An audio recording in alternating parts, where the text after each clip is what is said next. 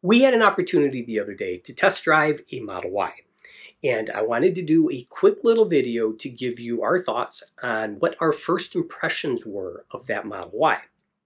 So let me give you a little bit of background. The Tesla service center in our location had a meet and greet for Tesla owners, and as part of that meet and greet, they had a boatload of different Teslas that they were letting these owners take home for the evening to test drive. Given that my wife and myself have been talking about trading in one of our Model 3s for a Model Y, we thought it might be a very good idea to take one home for the evening, give us an opportunity to both drive it and see what we thought of that.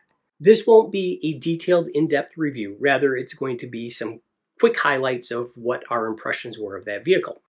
We took away 3 key impressions from our test drive, and I wanted to share with you what those impressions were.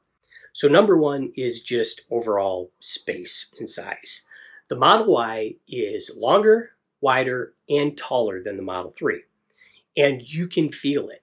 It doesn't drive like a bigger vehicle, but inside it has a ton more room, whether that's 3.5 times roughly the storage capacity that the vehicle has, or just the overall sense of volume inside the vehicle. It was nice being able to kind of spread out and have that extra space in the vehicle. And my son even commented how much larger the back seat was in the Model Y versus the Model 3. The second observation was around how much higher you sit than you do in the Model 3. So what I found with the Model 3 is when I get into the vehicle, I kind of have to step and plop myself down into the seat. And when I'm exiting the vehicle, I have to kind of get out and stand up out onto the pavement. With the Model Y, it's a whole lot different. I'm actually climbing up into the vehicle, into the seat. And when I'm stepping out, I'm stepping down onto the pavement. That might not seem like a big deal, but it was actually kind of nice.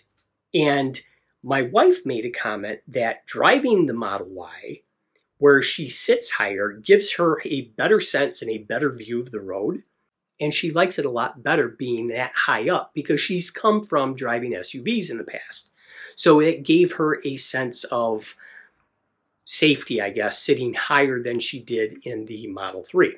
The third observation was around the drive.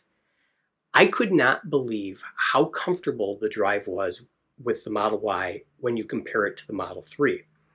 The Model 3 seems to have a stiffer suspension, handles more like maybe a sports car, where you can feel the bumps in the road, it takes cornering better. The Model Y was like driving on a cloud.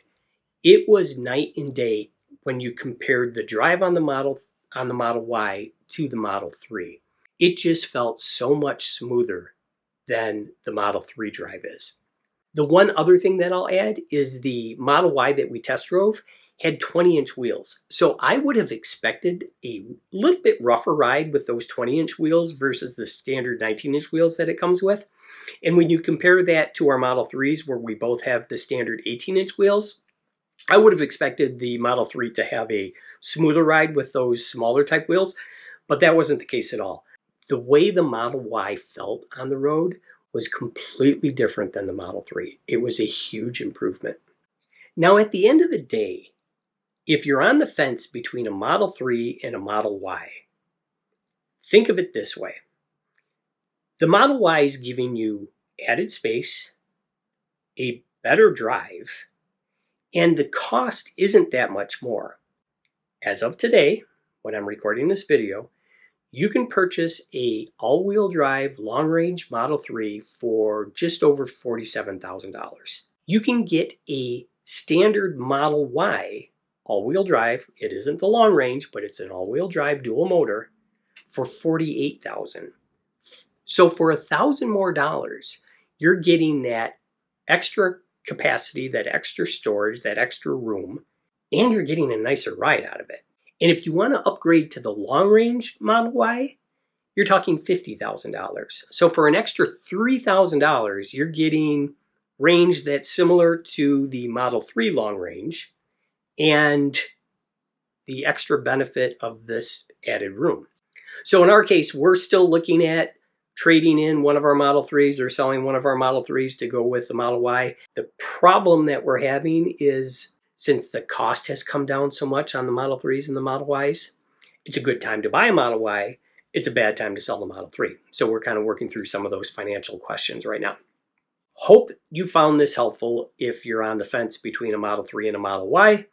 And if we do pull the trigger on that Y, I will be sure to do a more in-depth review at that time. See you guys in the next video.